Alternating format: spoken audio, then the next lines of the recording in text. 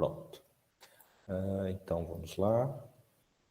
Então, aqui está claro, né, o que é o TCR, tá? Um receptor de célula T, que vai ser usado para se conectar a um peptídeo, tá? Que está sendo apresentado, tá? Esse peptídeo é um antígeno, que está sendo apresentado pela proteína MHC, tá? De superfície da APC. Tá? Então, a conexão, resumindo, é assim. Eu tenho TCR, se conecta ao peptídeo, que veio da célula APC. Tá? Não sei se simplificando é isso. Tá? Isso daqui, esses pontinhos, representando uma ligação por pontes de hidrogênio e ligações iônicas. Tá? Aqui está o peptídeo. Aqui, na verdade, eu tenho ainda o NHC, que está na superfície da APC. Então, isso tudo faz parte da APC, e aqui eu tenho o TCR, que vem da célula T. Tem o TCR ali, que é o receptor. Para essa conexão? Sim.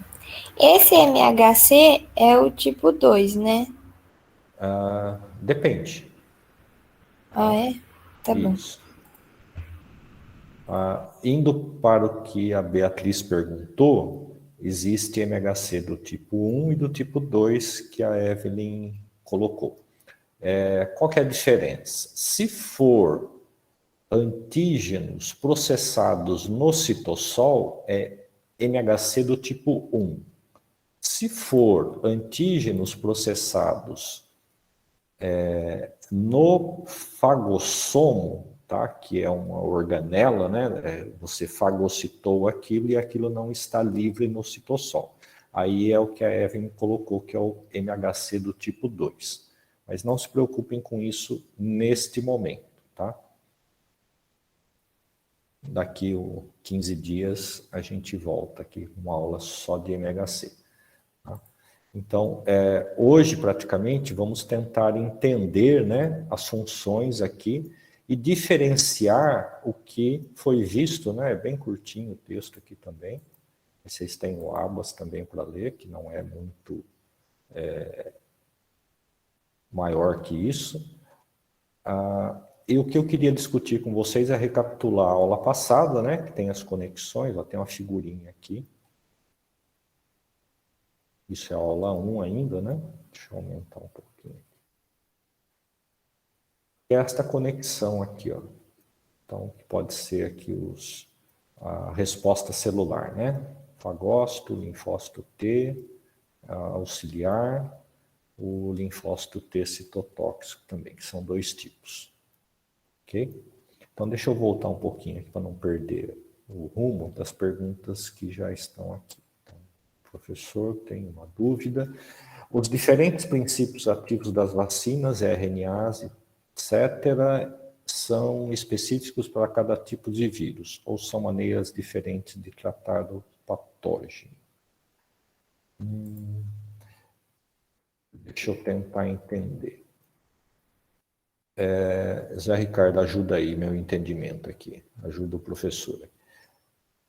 Você quer saber se o RNA funciona para todo mundo, ou se não funciona para todo mundo, ou qual a diferença de eu aplicar RNA, DNA, vírus atenuado? Professor, Sim, tá dando para me escutar? sim, sim. Bom dia. A minha dúvida ali, na verdade, eu quis dizer o seguinte: a gente sabe que as vacinas elas têm diferentes princípios ativos, né? Como a gente vê a diferença entre a Pfizer, Coronavac, a AstraZeneca, cada uma trabalha com um tipo de ativo diferente, certo? Isso. Então, a minha dúvida é que, assim, até para a questão da montagem do projeto, se cada tipo de vírus, por exemplo, a família tal de vírus, ou esse tipo de vírus, ele só consegue ser neutralizado por uma vacina, por exemplo, ou a vacina só funciona se ela tiver determinado princípio ativo, ou os princípios ativos são diferentes modos de tratar qualquer tipo de vírus. Não sei se deu para entender. Sim. Essa é a minha dúvida. Tá. Então vamos tentar traduzir aqui. O princípio ativo, no caso, é o antígeno que eu coloco no frasquinho de vacina, né? E o IFA aí, que vocês estão cansados de ouvir na imprensa, é o ingrediente farmacêutico ativo, né? Ficou popular. E seria o princípio ativo da vacina. Tá? Vou colocar aqui. Aproximadamente é o que o José Ricardo está falando, princípio ativo da vacina.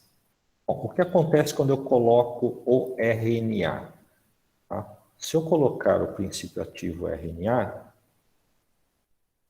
ou o ingrediente farmacêutico ativo é um RNA do vírus, o que eu faço com esse RNA? Quais são as possibilidades? Como antígeno.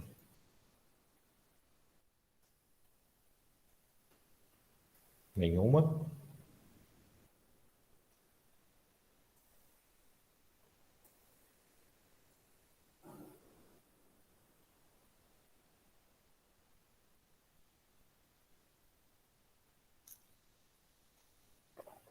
O que você espera, José Reinaldo, se eu colocar como princípio ativo RNA?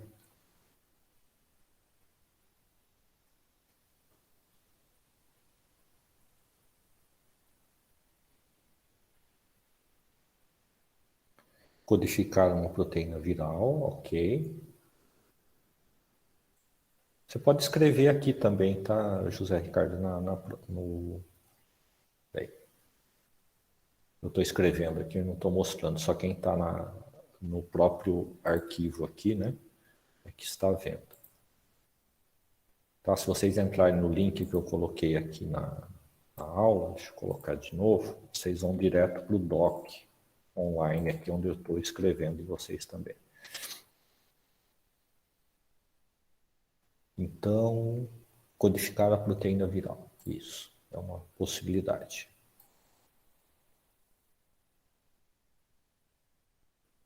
Eu posso ter resposta sem codificar a proteína viral?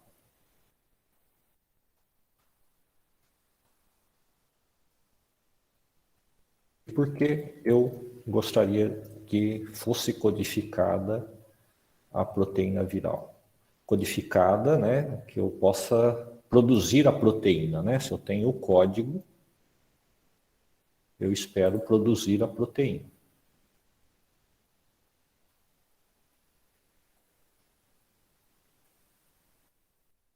Eu faço com esse código.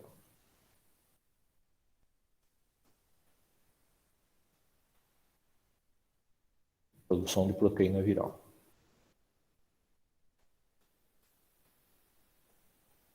E aí, o que eu faço com isso?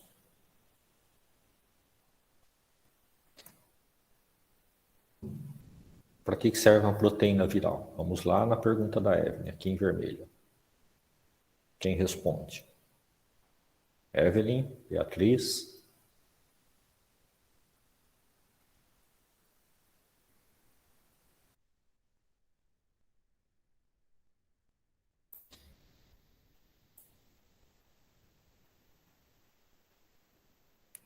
Se a proteína injeta na pessoa, no animal, não é? Faz a proteína e injeta. Não, pelo que eu estou entendendo, o José Reinaldo injetou o RNA, que é a vacina da Pfizer, que ele citou, né? Que é RNA, por isso que tem... RNA é uma molécula bastante lábil, né? Quebra muito fácil, por isso que ela fica armazenada a menos 80 graus. Que era a preocupação com a vacina da Pfizer, né?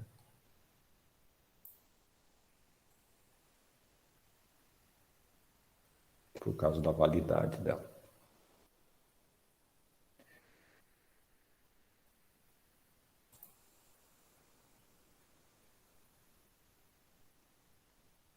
Tranquilo, Ana Paula, não tem problema não. Faz a proteína, injeta no animal para ser apresentada para a célula T citotóxica. Isso. Então, vamos conectar a pergunta do José Reinaldo com o que está aqui embaixo. Então, isso daqui seria a parte que vai acontecer aqui, ó, tá?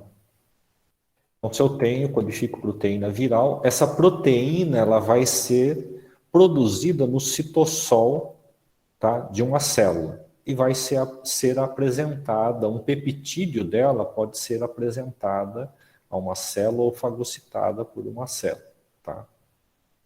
Pode ser, o RNA pode ser fagocitado eventualmente também, e a consequência disso é que este RNA vai ser lido, né, pelos ribossomos do hospedeiro, do animal, e produz a proteína no citossol da célula. E aí eu tenho lá o TCR, etc., que vai reconhecer isso quando for apresentado através do MHC. Então, essa é a conexão. José Ricardo, era isso?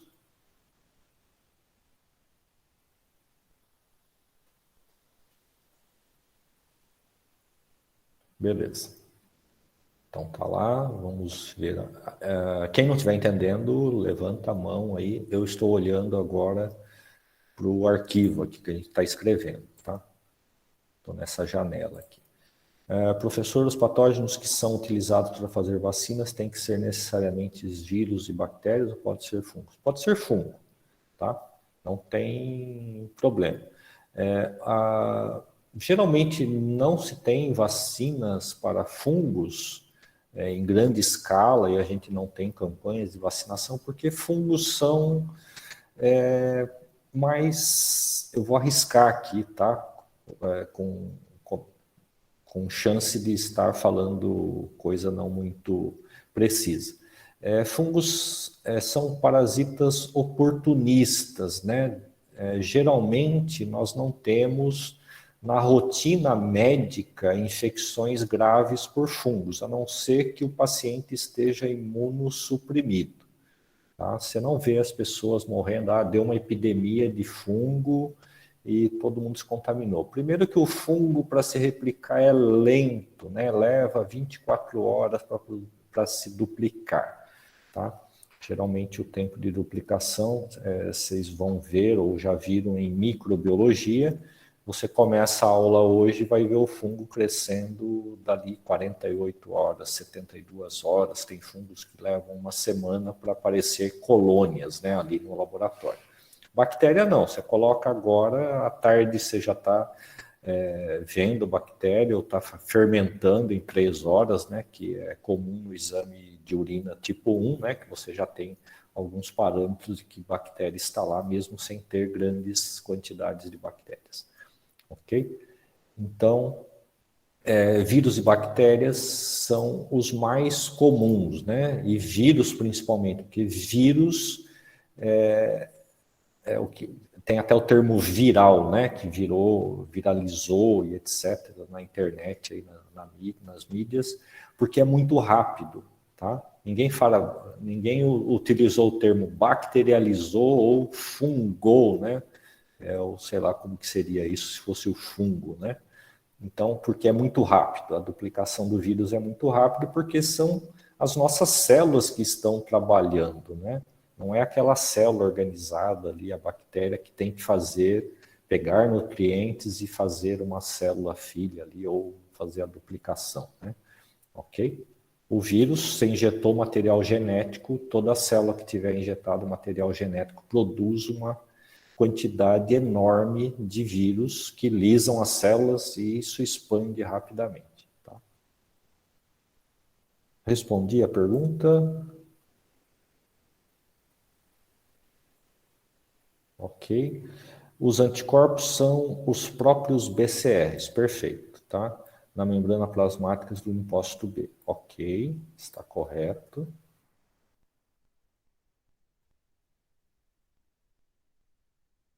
E outra coisa, os linfócitos B produzem anticorpos que eles leram o antígeno ou é um BCR que já tinha na membrana plasmática do linfócito B e deu certo como antígeno. Tá? Aqui tem um probleminha de linguagem. Tá? Qual é o problema de linguagem aqui? Antígenos é diferente de PCR ou, o termo aqui, tentar usar o termo anticorpos. Quem escreveu aqui, qual é a diferença? Se notaram aqui, né, que tem uma imprecisão aqui na colocação. Que é normal, tá? Coloquem as imprecisões aqui para a gente ir traduzindo a linguagem, né?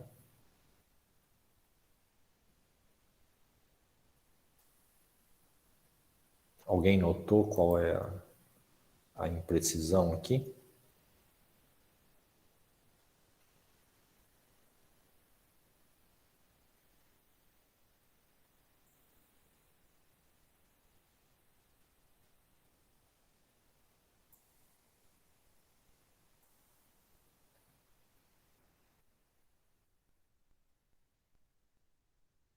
Ninguém?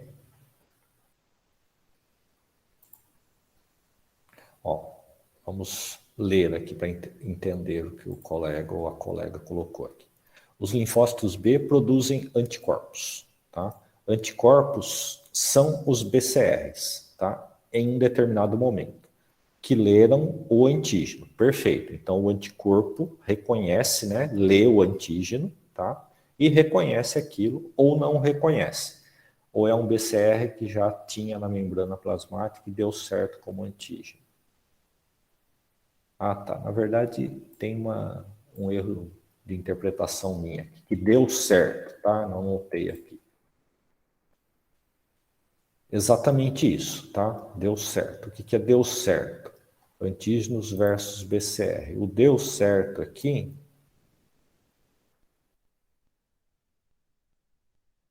eu vou traduzir que reconheceu com boa ou alta afinidade. Geralmente é mais para boa, tá? Entenderam o que deu certo? Encaixou. Uma molécula reconheceu a outra. Tem um antígeno e tem, por acaso, um BCR que reconheceu aquilo. Qual a diferença entre o BCR, que é o receptor da célula B, para um anticorpo que não está mais associado à célula B? Eu acho que entrou plasmos. Não, só entrou membrana aqui.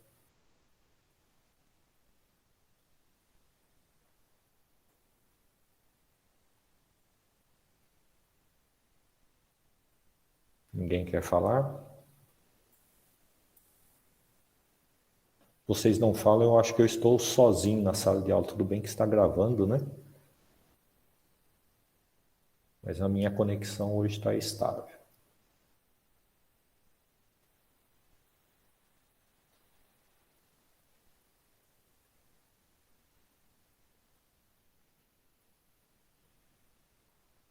Bom, ninguém quer falar, então vou passar para frente porque isso tem mais aulas. Quem fez a pergunta, tá tranquilo?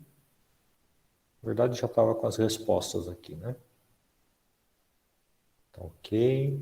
Anticorpo. Professor, eu queria saber se o receptor TLR é o mesmo que o TCR. Não, tá? Aqui. Qual que é a diferença?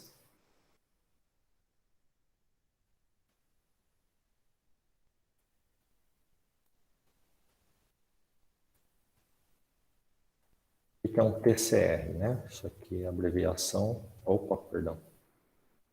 TLR. É Toll-like receptor. Tá?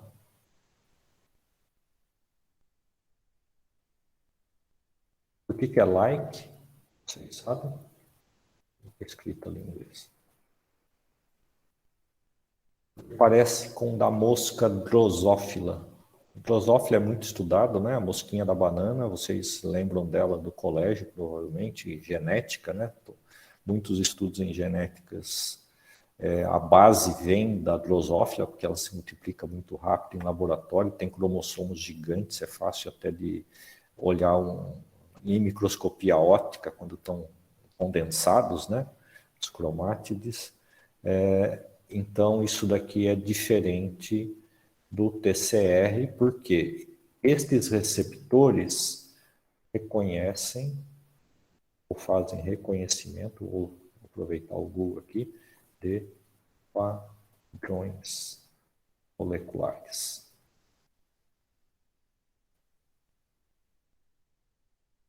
E micro-organismos. Então, tá? Notem este termo aqui também, padrões moleculares.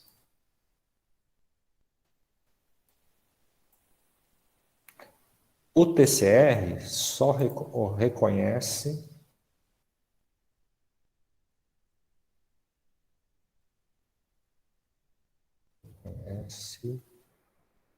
peptídeos.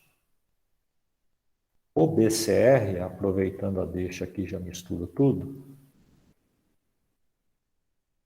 reconhece peptídeos, carboidratos, ácidos nucleicos, DNA e RNA, e o que falta aqui? Lipídios. Tá? Então, toda a bioquímica aqui. Ó. Então, o BCR, ele reconhece qualquer tipo de molécula associada a patógeno. O TCR reconhece somente peptídeos. Ele não se conecta com carboidratos, ácidos nucleicos ou lipídios.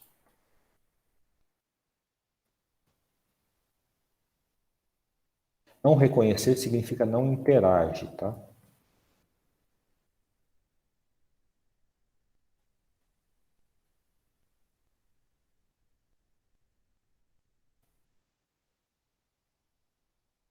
Não interagem com uma construção aqui poética.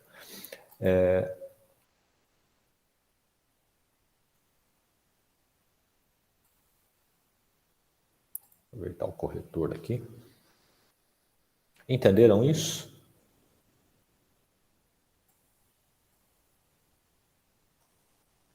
Sim. Ok? Então, aqui é que nós começamos, então, né? O que eu coloquei aqui no comecinho da aula, o que é defesa inata e adquirida, né? Que é o que eu queria discutir com vocês hoje. Então, o TCR e BCR, a gente coloca aqui adquirida.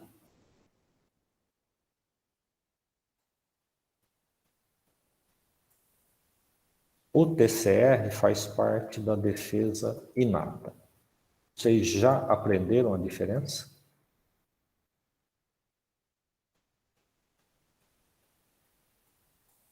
Alguém quer falar a respeito?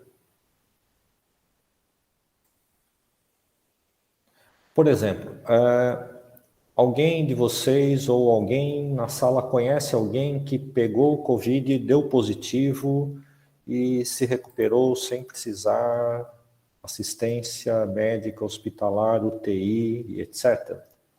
Sim. Tá? A Inata reconhece os mesmos patógenos. Quase lá, Bianca. Guarda aí que eu já vou.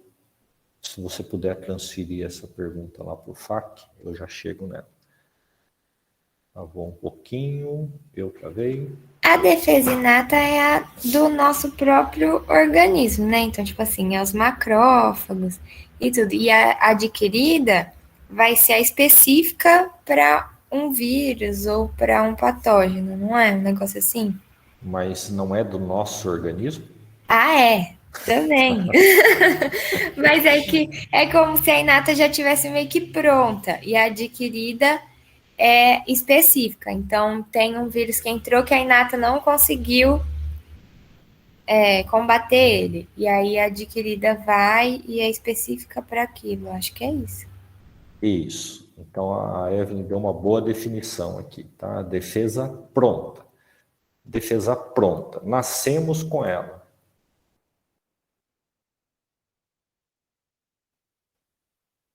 Na veterinária eu vou colocar animal aqui.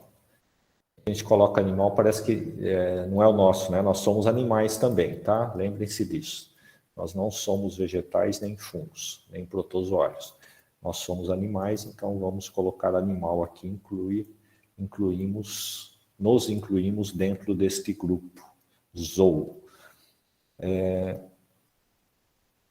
Então, isso daqui nós nascemos, tudo pronto. Então, o repertório que você tem na defesa inata não vai mudar ao longo da vida, tá? O repertório de identificação de patógenos, ok?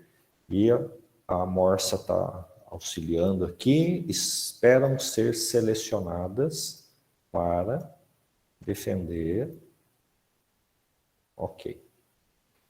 Perfeito. Notaram a diferença? E ser selecionadas aonde, Morsa? Eu vou brincar com vocês aqui, tá? É o que está aparecendo aqui, ó. A Morsa anônima.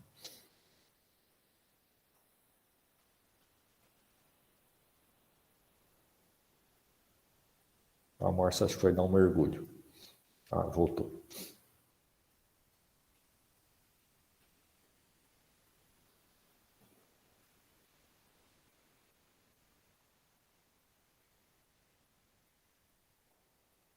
E como que eu seleciono?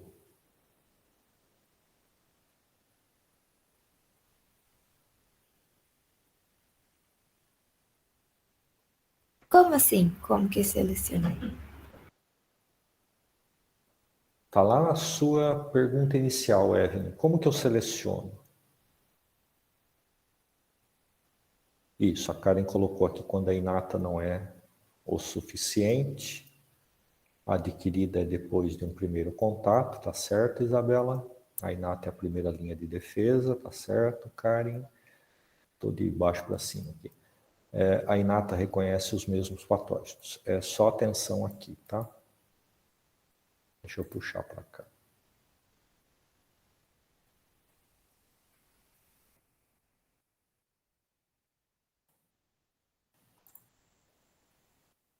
Vou transformar isso numa pergunta.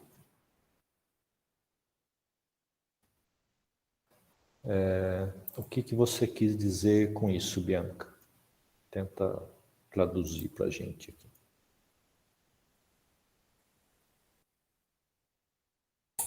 Ai, professor, eu tinha entendido que assim, por exemplo, quando a gente tem alguma doença, algum vírus, a inata vai conhecer se a gente já teve anteriormente, não é?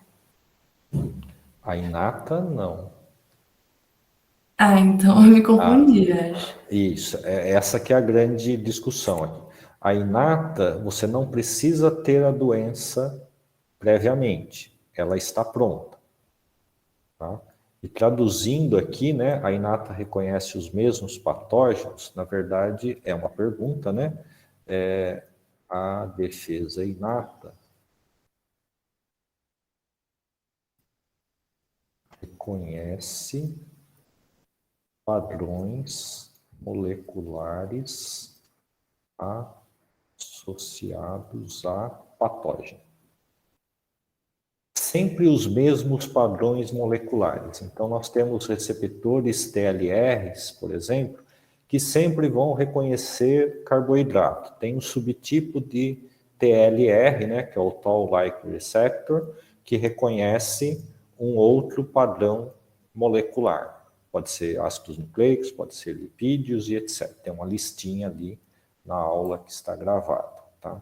Aqui é só para chamar a atenção de vocês. Na hora que vocês assistirem a aula, vocês vão ver que as coisas vão se encaixando, porque a gente já tem uma certa explicação aqui, tirando os conceitos, né? Os conceitos que a gente está discutindo aqui. Então, recapitulando, a Inata reconhece os mesmos patógenos? Não está errado, tá? Mas a defesa inata, ela tem um arsenal para reconhecer padrões moleculares associados a patógeno, que na aula, nos livros de bioquímica, no texto, são chamados de PAMPs. Tá? A sigla em inglês, né? Padrões moleculares, de trás para frente, né? Padrões moleculares associados a patógeno. Ou pathogen associated molecular pathogen. Ok? Pattern, né? Padrão aqui. Então é isso, tá? E, sim, vai reconhecer sempre os mesmos patógenos, tá? Mas pode reconhecer diferentes patógenos. Então, tem uma linha que ela reconhece. A inata é como se fosse participação do jacaré. Isso, exatamente. Um kit de primeiros socorros. Você já levou ali. Depois vai para a UTI se não deu certo o kit de primeiros socorros. Só que a defesa inata vai desencadear respostas efetivas. No caso de vírus, por exemplo, né, vamos usar o exemplo aí do SARS-CoV, que é uma proteína de membrana que é o target, né, o alvo de toda a vacina, o princípio ativo, né, como o José Ricardo colocou ali, da vacina, que é a espícula, né, ou proteína spike, né, para ser chique aí, usar o termo em inglês. Então, aquela espícula, que é a superfície, porque ela é a proteína do vírus que se conecta com um receptor da célula humana para poder abrir a porta para poder entrar na célula do hospedeiro, tá? No nosso caso, ou das aves, etc. Ok? Ou de outros mamíferos, né? Então, a defesa inata, ela pode reconhecer isso? Pode, tá? Só que ela tem baixa eficiência em alguns indivíduos para gerar resposta. Ou que eu perguntei se vocês conheciam alguém que teve, né? E sem, obviamente não tem medicamento, né? E se livrou da doença, né? Fez o PCR, deu positivo e se livrou da doença aí, passou mal e etc. Mas ficou em casa lá Ô, tomando Edson, dipirona. Sim? mas a inata também deixa a célula de memória? Por causa que, tipo assim, se eu tenho, eu pego Covid. E Isso. aí a minha inata que defende, não a minha adquirida. Daí eu não vou ter, tipo, as células de memória para lembrar e para ter uma reação mais rápida? Vai. O problema é quanto dura esta memória, tá? Por exemplo, qual a duração da memória da aula de imunologia da semana passada? Tá? Quanto que você memorizou? Você vai levar isso para a vida inteira ou você vai segurar essa memória até ter um teste aí que o professor vai dar? Tá? Obviamente que vocês estão com toda a tecnologia disponível para consulta, né? Não há mal nenhum nisso, desde que aprendam, né? Que tenham interesse em aprender. Tá? Então, não vai ter uma memória suficiente, tá? Por isso que a gente vai para a vacina. Então, o grande objetivo de se estudar o sistema de defesa, da disciplina imunologia, né? Dos cientistas que estudam imunologia, é descobrir as chaves, né? Como é que eu aciono, o que eu tenho que fazer para acionar uma memória duradoura ou não. Então, Então a vacina é sempre adquirida. Isso, a vacina é sempre a adquirida. Agora, a vacina utiliza a defesa inata? Não, acho que não, porque ela põe uma proteína, né? Às vezes, né? A proteína, às vezes não. Não Isso. sei. Pensa um pouquinho melhor. Já estou induzindo aqui, né? Utiliza sim, porque a defesa do vírus, vamos lá para baixo. Tá? Ainda tem uma pergunta que eu já volto.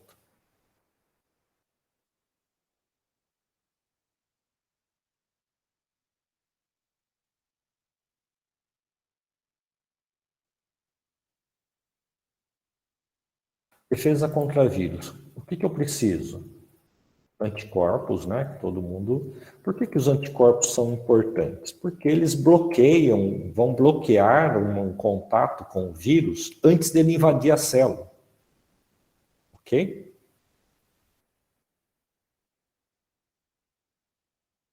Eu não entendo muito, eu não entendi muito bem como que o anticorpo faz as coisas. Eu até ia perguntar, porque eu não entendi direito como que. Tem até uma frasezinha lá que você pôs que eu não entendi. Que Se estava você... escrito que o anticorpo opsoniza patógeno. Isso. E aí o anticorpo do reconhecimento eu não entendi muito bem, não. Se você puder explicar de novo. Tá? O que é opsonizar, né?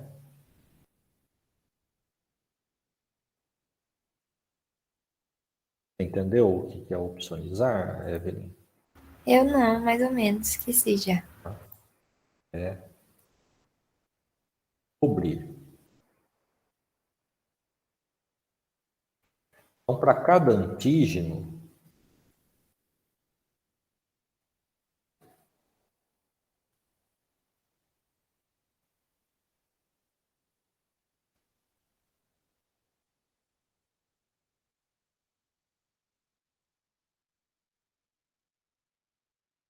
se associam anticorpos, tá? Então, o anticorpo ele tem a capacidade de se ligar ao antígeno. E isso é conhecido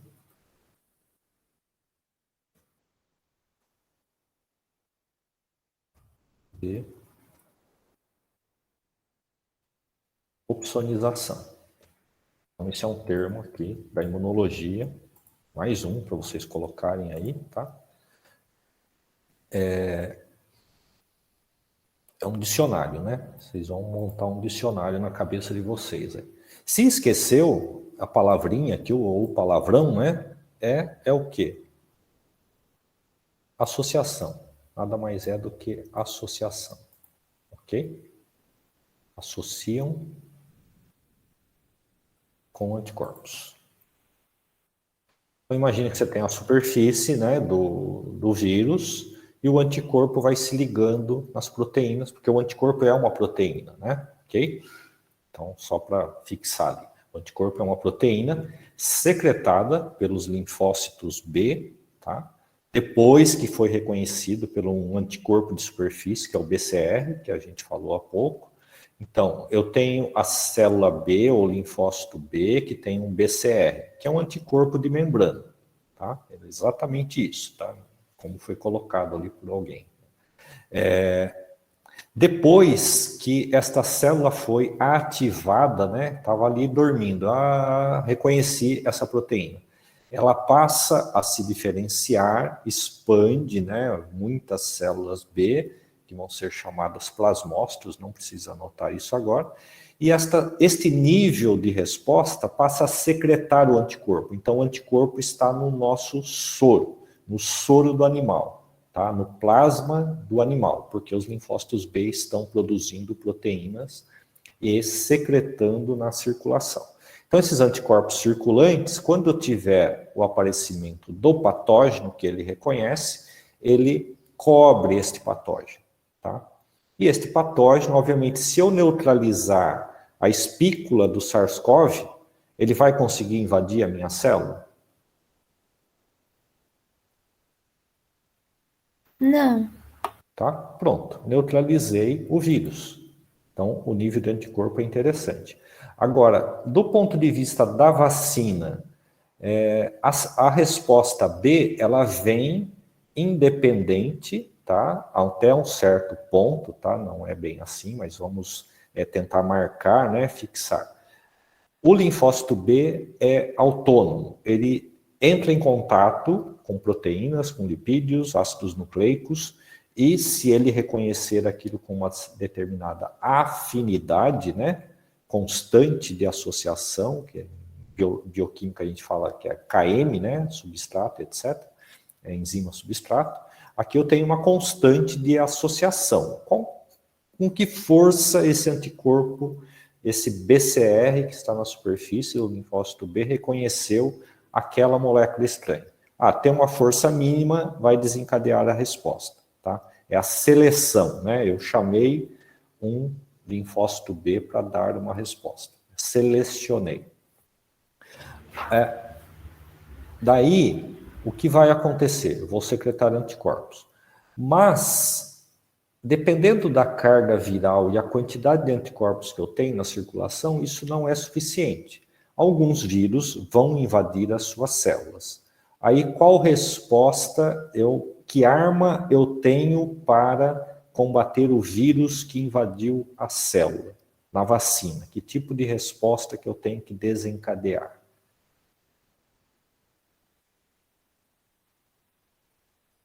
Estão conseguindo entender essa colocação?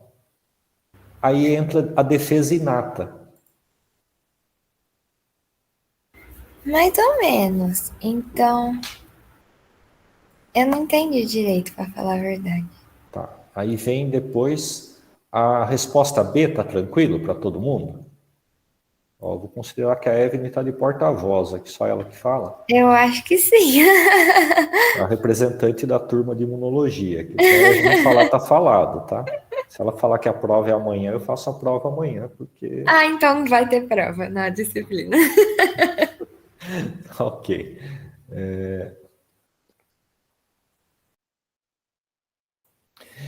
Então, o que acontece se a produção de anticorpos for baixa e o vírus passar para a célula? O anticorpo vai conseguir inativar o vírus dentro da minha célula? Não. Não. O que eu preciso, então? Quem que eu preciso chamar agora? Um macrófago? Um macrófago. O que o macrófago pode fazer? Ele vai fagocitar e pegar a proteína do vírus que está dentro da célula, é isso? E macrófagos, células dendríticas, vão fazer o quê? Eu posso fagocitar o patógeno através de reconhecimento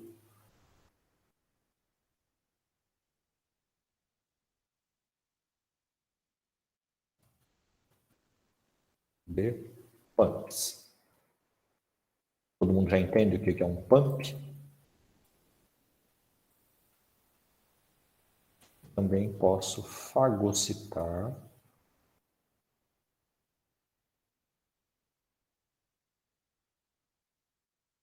opsonizado por anticorpo. Qual é a diferença?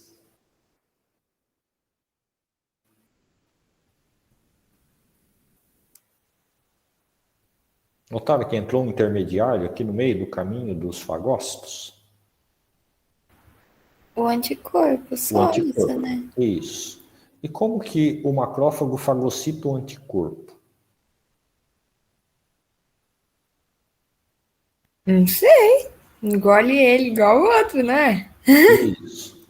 Tá, mas como que ele vai reconhecer o patógeno? Ele vai reconhecer o patógeno se ele está com uma capa de anticorpos? Não. Tá, então como acontece isso? Como que a APC faz isso? Então, fagocitar o patógeno opsonizado por anticorpo. APCs possuem receptores P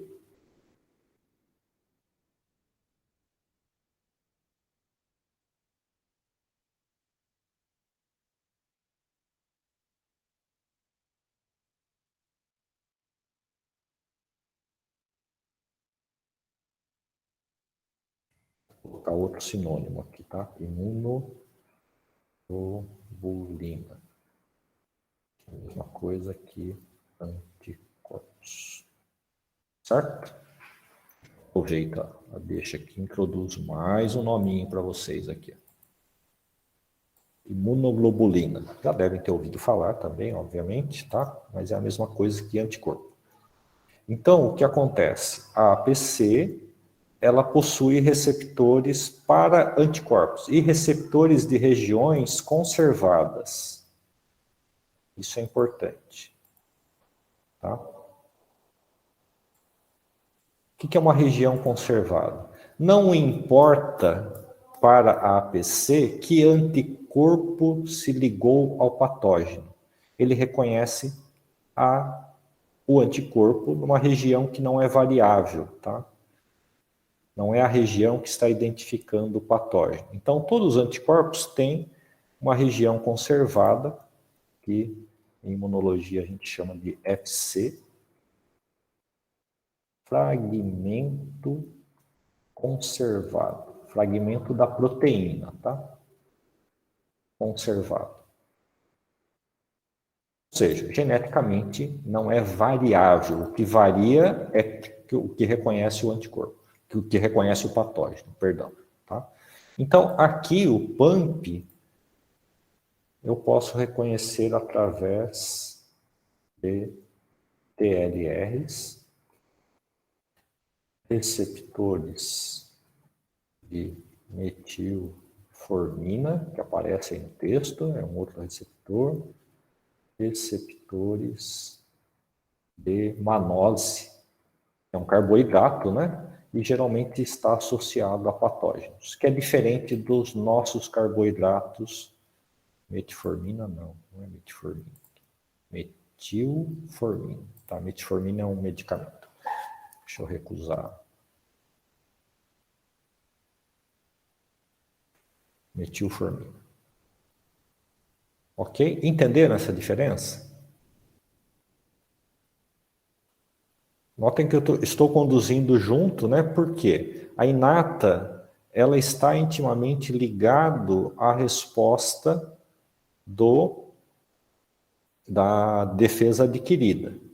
Ok? Tá ficando confuso? Espero que esteja bastante... Eu entendi agora. Entendeu? Todos entenderam? Para mim tá claro também. Obrigado, Nicole. Eu já tenho dois, já melhorou a representação aqui. José Ricardo, entendeu? Vou chamar um por um aqui, vou fazer chamada aqui. Beleza, professor. Beleza? Amanda, entendeu? Sim, professor. Ana Laura, Ana Maria, Sim. beleza? Então tá bom. Daqui a pouquinho eu chamo mais alguém.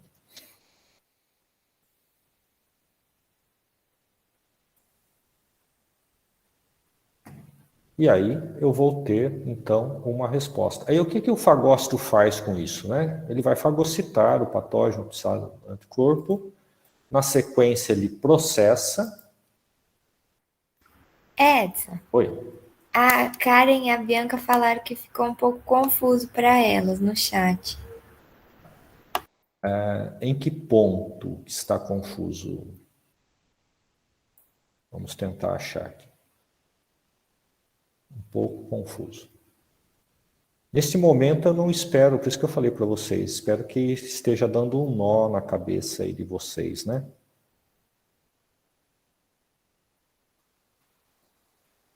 O que ficou confuso, Karen? Vamos tentar separar, né?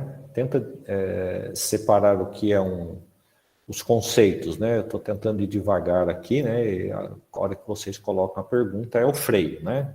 Colocou uma pergunta, confundiu, para, né? Pisa no freio. Senão o professor só acelera aqui e no final do dia a gente tem um acidente aqui que a gente vai bater na parede aqui, estragar a cabeça de todo mundo, tá?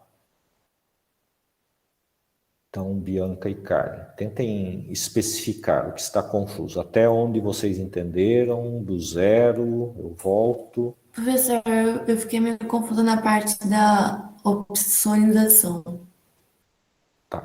Opsonizar é pegar o anticorpo e associar esse anticorpo, né, com aquela molécula do patógeno que ele reconhece. Tá? Deixa eu ver, tem uma figurinha aqui, eu acho que é na aula de sistema complemento. Deixa eu ver se é esta. Eu acho que é na aula 3 já. Ó, na aula 3 que tem o TLR, né, que estou falando aqui, ó, já estão avançando na aula 3. Aqui tem uma listinha, ó. Opa, perdão, que tem que compartilhar a tela aqui. Está acostumado a trabalhar com tela inteira, que eu mudo a janela. Pronto. Então, aqui no capítulo 3, ó, que fala de reconhecimento, né, receptores de reconhecimento de defesa inata. TLR, tem aqui a estrutura dele, a proteína, que é o TLR, e o que cada um reconhece, né? Então, é uma família, né? E o PAMP que ele reconhece, que é o padrão molecular associado ao patógeno. Então, aqui, deixa eu ver se a figurinha está aqui nesse capítulo. Não está aqui. Acho que está na aula 4. É o sistema complemento.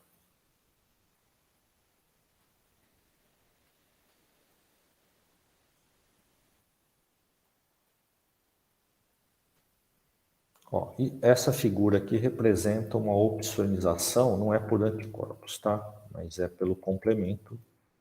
Não, aqui é anticorpos. Vendo aqui, ó, o site aumentou junto aqui.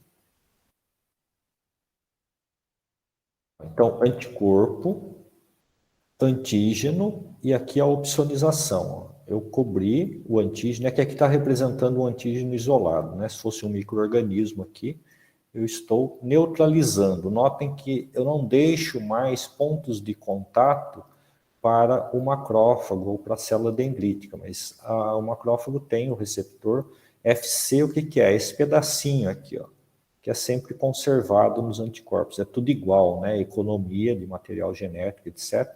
A região variável do anticorpo, depois a gente vai ver isso mais especificamente em uma aula à parte, é o que reconhece o patógeno, é aquela seleção que nós fizemos, tá? Não sei se melhorou, Bianca.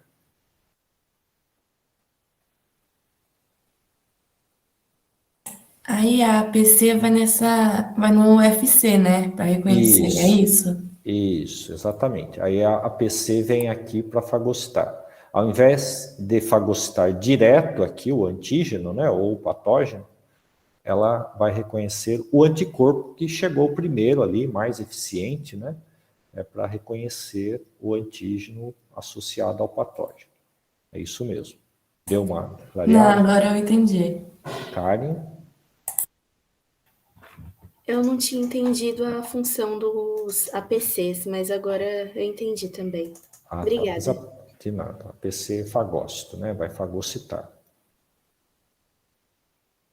Os anticorpos, eles acabam aumentando a capacidade dos fagócitos, tá? Então é uma interação, né, que a gente fica aí didaticamente inata, adquirida, mas sem a adquirida, a inata funciona com uma certa potência e praticamente a defesa adquirida, né, funciona mais ou menos sem a inata. Por quê? Eu só funciono os linfócitos, eu só consigo fazer funcionar os linfócitos B sem a inata. Tá? Maria Eduarda? Professor, eu queria fazer uma pergunta, mas eu acho que ela é meio burra. Porque, assim, tudo bem que o APC ele vai agir porque teve, ou os anticorpos vão agir porque teve invasão de algum antígeno. Mas eu queria te perguntar se, tipo assim, uma célula cancerígena, que ela está tendo aquele crescimento desordenado e já está, tipo, pode até cair na corrente sanguínea. Não tem como, de alguma forma, programar os anticorpos para agir nessas células cancerígenas que foram para a corrente sanguínea e que, tipo, não deveriam estar ali, mesmo que elas sejam, tipo, células do próprio organismo, mas porque elas estão na corrente sanguínea. Aí eu queria te perguntar se não dava. Eu vou tentar te devolver a pergunta, né? Dá para programar? Em laboratório. O organismo, quando você tem a doença, né? Quando você tem o câncer, por exemplo, usando o seu exemplo, o sistema de defesa não foi capaz de se autogerir, né? Fazer uma autogestão e combater aquelas células que estavam desviando do seu caminho, aí, da sua função no organismo. Tá? Provavelmente vocês são uma geração, né, que tomaram vacina contra HPV, citomegalovírus, tomaram, tá? Eu imagino que sim, que minhas filhas lá em casa tomaram. O que faz isso? É uma prevenção, é isso que você está colocando, Maria Eduarda. Eu vou programar o organismo para que, se eu tiver contato com o vírus, com HPV, o citomegalovírus, eu tenho uma resposta já e não desenvolva câncer de colo uterino, tá certo? Eu não sei, a campanha, né, na verdade, ela deveria, como se diz, há controvérsias, né, por causa de custo também, deveriam vacinar os adolescentes, os meninos, né? Por quê? Porque são os maiores transmissores, tá? Você pega isso com relação sexual, principalmente, né? Mas pode pegar sem também. E você não tem. Então, vacinam as meninas, tá? Para dar uma proteção, e isso parece ser eficaz, né? Tá? Deve ser eficaz, bastante alta eficiência, né? Nem tudo é 100%, tá certo? Então, Maria Eduarda, tentando focar na sua pergunta, dá para programar? Dá, vacina. Como? Ninguém sabe. Tá? Quando a vacina funciona, ótimo. E quando a vacina, uma tentativa de vacina, por isso que tem ensaio clínico, pré-clínico, clínico, fase 1, fase 2, fase 3 e vai ser comercializado ou aplicado em massa na população, como a gente está vivendo aí, né, na pandemia. Não sei se deu para responder a sua pergunta, Maria Eduarda. Não, eu entendi, mas eu queria saber se, tipo, não teria como programar os anticorpos para agir quando já está em metástase. Tipo, se não tinha como fazer, enfim. Não. Hoje não se tem nada no mercado, até onde eu conheço, tá? Porque senão a gente teria a cura de câncer. O que você pode fazer, o que a indústria farmacêutica produz, são anticorpos para auxiliar no tratamento do câncer. Então você vai lá, a indústria farmacêutica produziu anticorpo, tá? Não é vacina. Seria uma imunização passiva, né? Que eu espero que vocês tenham assistido a aula de vacina, né? A gravação, que é a imunização passiva. Eu transfiro o anticorpo para o organismo. Esse anticorpo vai opsonizar e vai aumentar a resposta do organismo contra estas células, que foi o que eu acabei de mostrar ali, como se o tumor, né, a célula tumoral, fosse um patógeno. Tá? É uma célula que perdeu a função ali. Não sei se deu para conectar isso. Deu sim, deu sim. Deu? Tá? Então, eu tenho tratamento para alguns tipos de tumores onde eu compro o anticorpo, tá? E injeto no paciente na tentativa de melhorar a resposta e cura, né? Todo mundo quer a cura. Então, a beleza, né, desta ciência, imunologia, ela consiste nisso. Como que eu manipulo este sistema para conseguir programar, né, utilizando o termo que a Maria Eduarda colocou, a programação. É a vacina. Só que o nosso conhecimento, ele deu um salto, né, ali com a vacina, né, com a varíola, mas ainda nós não sabemos todas as chaves, como manipular o organismo para ter 99% de eficiência na vacina, e mesmo porque a população, né, mesmo uma população animal, seja selvagem, de produção geralmente é seleção genética, é outra história, né?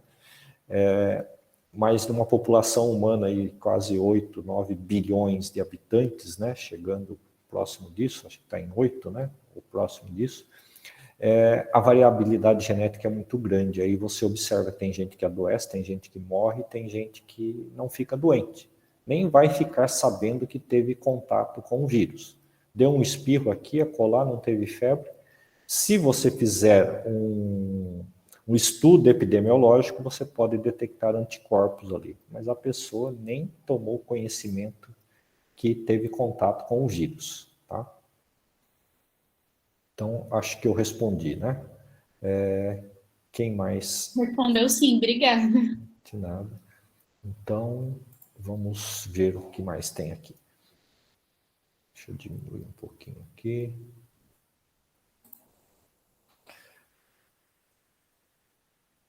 E chame a atenção se tem pergunta. Professor, eu acho que essa aqui eu não respondi ainda. É possível criar vacinas para patologias que serão detectadas pelo sangue, ou seja, que vão para a corrente sanguínea? Estou perguntando isso pensando em doenças da pele, por exemplo. Na verdade, você fica doente, né, quando isso cai na corrente sanguínea, ou você adquire resposta quando isso vai para a corrente sanguínea. Geralmente tudo, mesmo na pele, né, isso acaba indo para a corrente sanguínea, tá? Porque você tem as células dendríticas, as células estacionárias, né, células dendríticas e macrófagos teciduais, que vão ter contato com estes patógenos, agentes patogênicos, vão fagocitar e vão migrar, né? A grande entendimento da imunologia é que essas células sentinelas, né, elas detectam aquilo, migram para um órgão linfóide, onde elas vão apresentar antígenos, né? Tá bem aqui, né? Destaque para as células T, ok? Eventualmente apresenta para B também, ok? O IBEX. Mas então, por que não é toda doença que se detecta por exame de sangue? Porque não tem exame para detectar. Entendido? IBEX. Ok? Então, depende da parte da bioquímica clínica, da patologia clínica, que você pega o sangue e verifica. Se está na pele, dificilmente você... O que você vai procurar no sangue? A bactéria? Se a bactéria... Bactérias que vão para a circulação, elas causam septicemia, morte em 24 horas se não forem combatidas.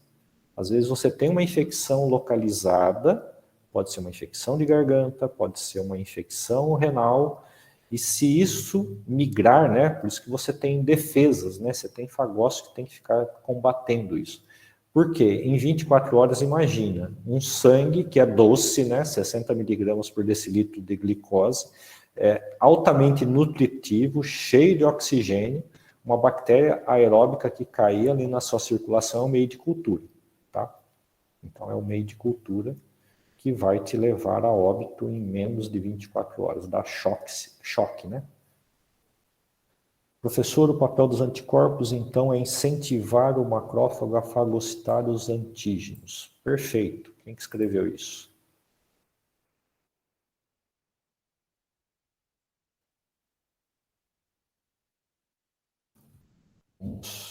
A verdade, né? Sim, na verdade, facilita ou amplifica a capacidade de fagocitose. Não sei se eu escrevi grego aqui.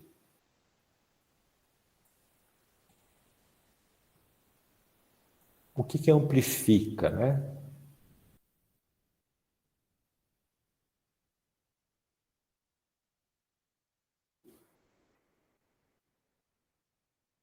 Imaginem que a APC ela tem receptores que reconhecem PAMP, que são alguns padrões moleculares.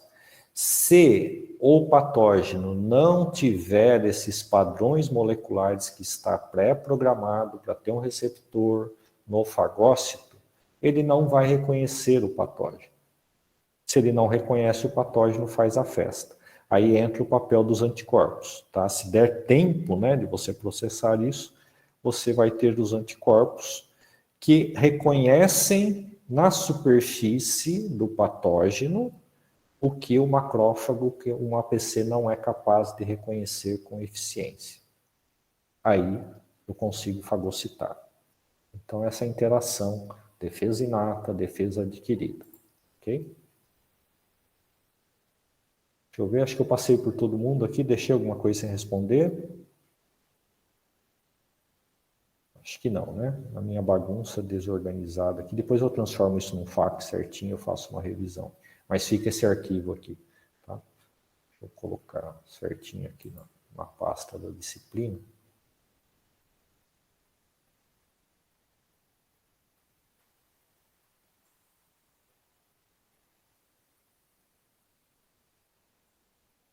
Pronto. Alguma dúvida a mais? Então, aqui eu acho que você já tem uma base para ler os textos, né? Acompanhar a aula, tá? Eu dei uma aula de dicionário aqui, né? Traduzindo e dando para vocês, né? Que é o que eu vou fazer ao longo de todo o curso, dando a noção de que tudo precisa de sinalização, de conexão, de reconhecimento. Obviamente que nós vamos aprofundar tudo isso, né? Essa aula aqui é bem assim introdutória ainda, para a gente ir evoluindo para entender e chegar lá até no entendimento do que como que uma vacina funciona, certo? Alguém tem alguma dúvida até aqui? Ô, professor, eu tô em dúvida numa coisa. Sim, Júlia? Os linfócitos B, eles só vão se tornar ativo e tentar meio que opsonizar o patógeno, né, pela secreção de anticorpos, se o sistema complemento não conseguir eliminar o patógeno, né? Porque o sistema complemento também tenta opsonizar e fagocitar o patógeno, não é? Isso, tá? Tenta ou faz opsonização, né? E esta opsonização, deixa eu voltar aqui, ó, lá para o fundo aqui da lousa. Vamos lá, que a Júlia colocou. Sistema complemento.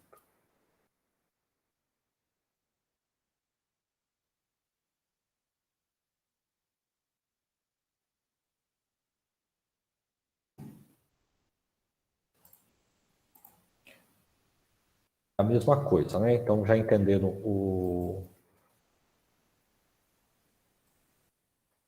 processo de opsonização, que é o reconhecimento do patógeno, a associação.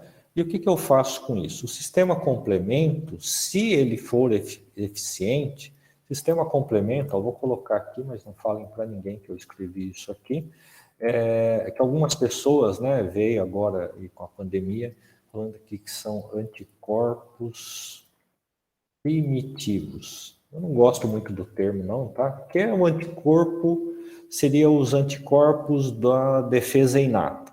Primitivos, porque o repertório é limitado, tá? Reconhecem também padrões moleculares, fazem opsonização de patógenos, que pode levar a lise. Tá? Então, como consequência, eu tenho a lise do patógeno, ou eu tenho aumento da fagocitose pelas APCs. Tá? Por quê? Porque APCs, assim como possuem receptores de fragmento conservado, que é o FC, né?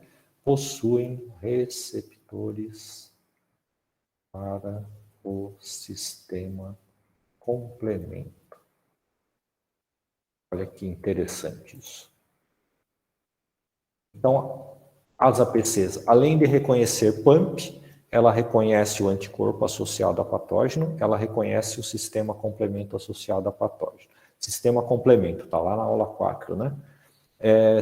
Capítulo 4. Sistema complemento são proteínas produzidas pelo fígado, secretadas na circulação, que tem essa capacidade de fazer a opsonização do patógeno. Uma vez que opsonizou e estas proteínas forem ativadas, elas podem formar brocas, buracos na superfície, na membrana do patógeno, e isso causa perda de nutrientes e leva à morte celular. O sistema complemento pode ser ativado por anticorpos também, tá? Não se preocupem muito com isso, nem vou escrever isso aqui para não rebuscar demais, ok? Então, o sistema complemento é um componente importante da defesa inata. E é inata porque ele não varia, são proteínas invariáveis. Tem o gene e sempre são produzidas da mesma forma. Se por acaso reconhecer alguma coisa, pode ser efetivo, tá? Pode causar lise ou pode estimular a fagocitose. Estimular a fagocitose significa que eu preciso do fagócito reconhecendo aquele sistema complemento associado ao patógeno. Júlia, respondi ou fugi da sua pergunta? Eu acho que respondeu. Então, o sistema complemento é o primeiro, né, da defesa inata. E se ele não conseguir meio que opsonizar e lisar o patógeno, aí ele vai ter uma sinalização, e aí os linfócitos B vão lá e tentar meio que matar o patógeno, é isso? Na verdade, o linfócito B não mata o patógeno. Ele produz o anticorpo que pode ativar o complemento e isso induzir a morte do patógeno. Ah, sim, entendi. Tá? Então, é sempre um auxiliando o outro para fechar o processo. Qual que é o objetivo de todo o processo inflamatório, né? Contra um patógeno? Destruir o patógeno. Ok? Ok, obrigada. De nada. Alguém mais?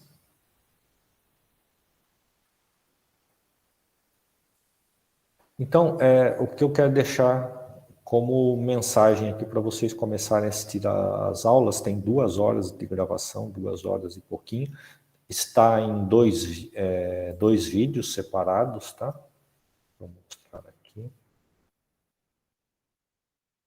Está logo na raiz aqui, ainda já está postado. Está na playlist, né? Então tem aqui imunologia, aula 2, imunidade inata, parte 1 de 2 e parte 2 de 2. Aqui eu vou falar do sistema complemento já, né? Do epitélio, sistema complemento. E aqui na parte 2 dos pumps, TLRs, etc., com um pouco mais de detalhes, né? Com os slides ali, dos livros, etc. Ok? Para vocês começarem a entender. Bom, para finalizar então essa parte da aula, aí vocês vão para os vídeos, eu queria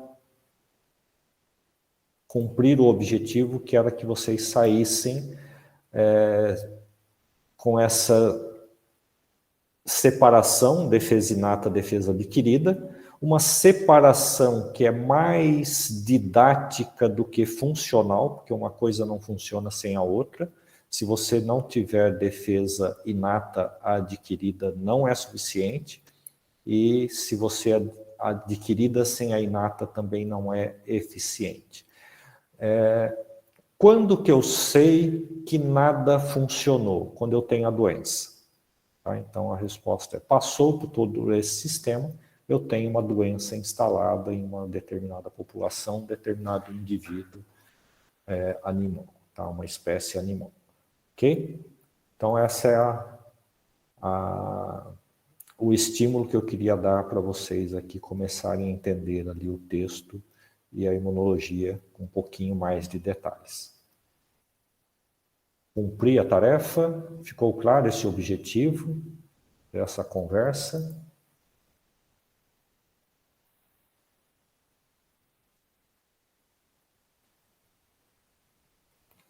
Ninguém quer falar mais? Bom, vou parar a gravação e liberar vocês aí para começarem a estudar. Edson, Sim? eu queria só perguntar um negócio sobre os seminários que vai ter. Ah, tá. Eu lembrei disso agora, imaginei que era isso que você ia perguntar. Sim, pode perguntar. Por causa que vai começar agora no final de setembro, né? E os artigos, como que vai ser? É você que vai liberar ou a gente que tem que procurar? Então, era uma das coisas que eu queria ter começado na aula. Eu vou suspender o seminário esse semestre, tá? Eu acho que já tem bastante material, bastante coisa para vocês estudarem. Tá? Eu vou puxando as discussões aqui, eventualmente posso indicar leituras.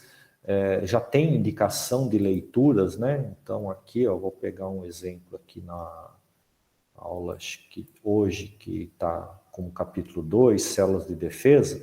Por exemplo, macrófagos, né? Aqui neste pedacinho aqui, ó, os macrófagos hepáticos compreendem as células de Kupffer. Tá? Então, se você clicar aqui, ele vai puxar um artigo da revista Nature. Tá? Cliquei ali, vim para cá, que está falando justamente do que são essas células de Kupffer, tá? Ou macrófagos residentes no fígado. Então, as pessoas gostam de dar nome, isso aqui provavelmente é o pesquisador que descobriu macrófagos residentes no fígado, né? No sistema nervoso central, nós chamamos que são as células da glia, né? Que estão no entorno dos neurônios ali, como nutrição e proteção, né? Então, vocês têm bastante material aqui para quem quiser se aprofundar, que é a ideia do seminário, tá? Mas eu acho que ficou muito pesado o ano passado, eu acho que é muita coisa para vocês. Vamos tentar focar no material de graduação em português que vocês têm nas aulas, né? Para vocês terem uma boa base da imunologia. Quem quiser se aprofundar é só clicar nos links que aparecem nos textos que estão no site, ou pegar as referências, né? Mas eu acho que vai faltar tempo para vocês estudarem. Tentem focar, né, no estudo ali. Os livros, né, como eu disse, eles ficam no vai e vem, né, porque é muito difícil, né, você explicar uma coisa. Porque, vou falar só uma aula de TLR, tá, mas para que serve isso? Né? É um pump. Aí, na semana que vem, a memória já foi embora, né? Parece o sistema de defesa com algumas doenças, tá certo? Então, vamos tentar construir o conhecimento aqui este semestre sem estes seminários. Aí é uma tarefa a menos para vocês. Combinado? Tá bom, professor. Obrigada. De nada. Então, bom feriado para vocês. Semana que vem não tem aula, então dá para vocês estudarem aí. Tentem chegar, né? Nós estamos aqui, tem a vacina, digamos aí, pela minha organização, capítulo 1, 2. Se vocês conseguirem chegar até o capítulo 4, para a gente ir conversando aqui, tirando as dúvidas e fazendo essas conexões. Ok? Ok. Então, bom feriado, bom final de semana para todos. Tchau, professor. Obrigado. Tchau, tchau. Tchau, professor. Bom feriado. Tchau, professor. Obrigada. Tchau, professor. Bom feriado. Tchau, professor. Obrigada. Tchau, professor. Posso tirar uma dúvida do projeto vacina? Sim, Gabriel. Pode ser. Obrigada. Eu te mandei um e-mail, mas eu acho que o senhor não viu. Ah, eu devo ter visto, eu não respondi. Eu sempre vejo. Então você me ignorou de Isso. propósito, tudo bem. Eu fiquei em dúvida. Quando o senhor fala revisão da literatura máximo de 5 páginas, eu fiquei em dúvida se é o projeto inteiro ter 5 páginas ou se você quer, tipo, um resumo de tudo em até 5 páginas. É uma seção do projeto em até 5 páginas. Pera, Aqui não sei se eu entendi. 5 páginas eu não chamaria de resumo. Resumo geralmente a gente faz cientificamente em meia página, tá? 5 páginas já é quase um capítulo de um livro. Então, é uma seção, né? Uma parte do seu projeto vai ter essas 5 páginas. Um tópico, né, do seu projeto. Tá? Deixa eu pegar Tá. Então não é o projeto inteiro e 5 páginas, não. né? Tá. Projeto... É porque eu achei meio curto para isso. desenvolver tudo aquilo que você colocou. Isso. Eu marquei, pode ser 4? Pode, se estiver bem explicado. Pode ser 6, 7? Pode, desde que esteja bem organizado e não seja cópia, né? Por que coloquei esse limite? Porque eu cheguei a pegar um projeto que tinha 100 páginas, mas era tudo copia e cola da internet, tá? E eu não vou ler 100 páginas daquilo que eu já estou acostumado, né, de conhecimento. Então, eu quero ver a capacidade de vocês montarem o próprio conhecimento, a própria introdução, fazer um texto original baseado no que vocês têm na internet, nos livros e etc. Tá? Então, essa introdução... ela está aqui, né, no site, roteiro do projeto, é só a introdução do projeto, é o tópico 1, item 1 do projeto. Tá, entendi. Tá?